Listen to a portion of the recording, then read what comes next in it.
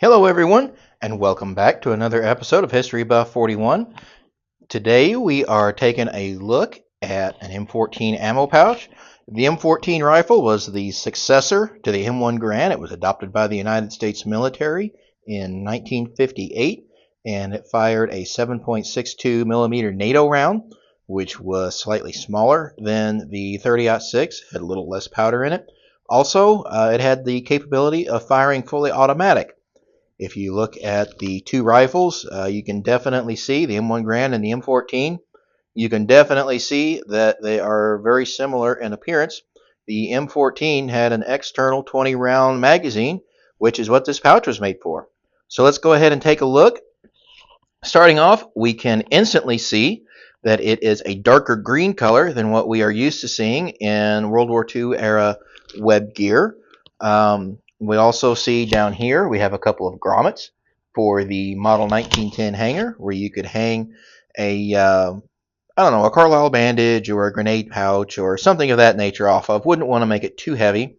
Also down here on the bottom, we have another grommet, which is basically a drain hole from the pouch, which would be very important in, say, an amphibious landing or a in a tropical climate, or if you're fording, deep rivers or streams or something of that nature that you're going across where it's going to be up over your equipment. You definitely do not want that water sitting in there, resting out your magazine and corroding your ammunition.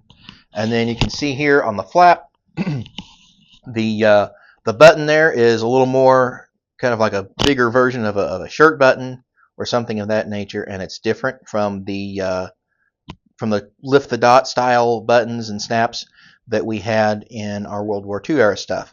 And then if you look here where it's stamped US, that is a different style of stamp than what we see with World War II era US stamps. And if you want a little more conversation on those, you can look at our video that I did here, earlier this year on M1 carbine ammo pouches. This is part of the Model 1961 ammunition system, web gear system, not ammunition system.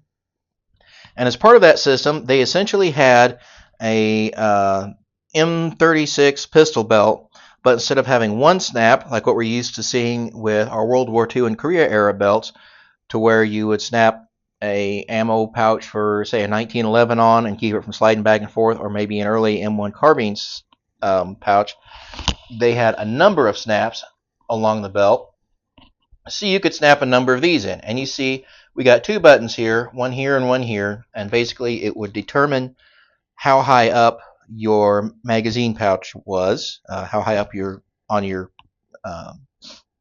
web gear.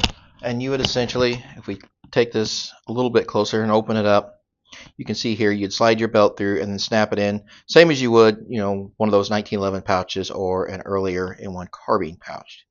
And you can see there's a couple of different pockets here. Yeah. So we're going to open this up, and it snaps open. And if we look inside of here, we see a number 7. Not real sure what that's about, but it also says pocket ammunition magazine M14 rifle, and then you see a contract code in there. And in the middle of that contract code is the manufacture year of 1967. Not sure what the C is. Don't know if that's related to a month or if that's some other piece of information. And then we see some more lot numbers and stuff here.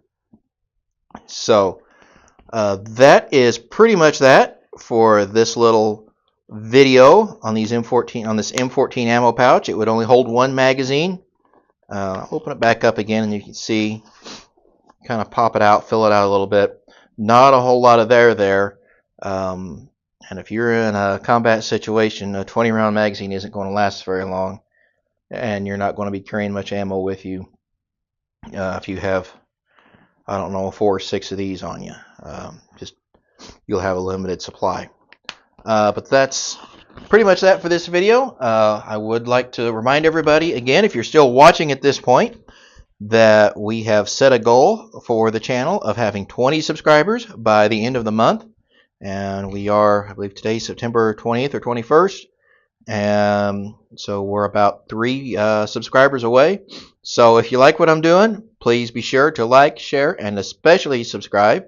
And thank you again for watching.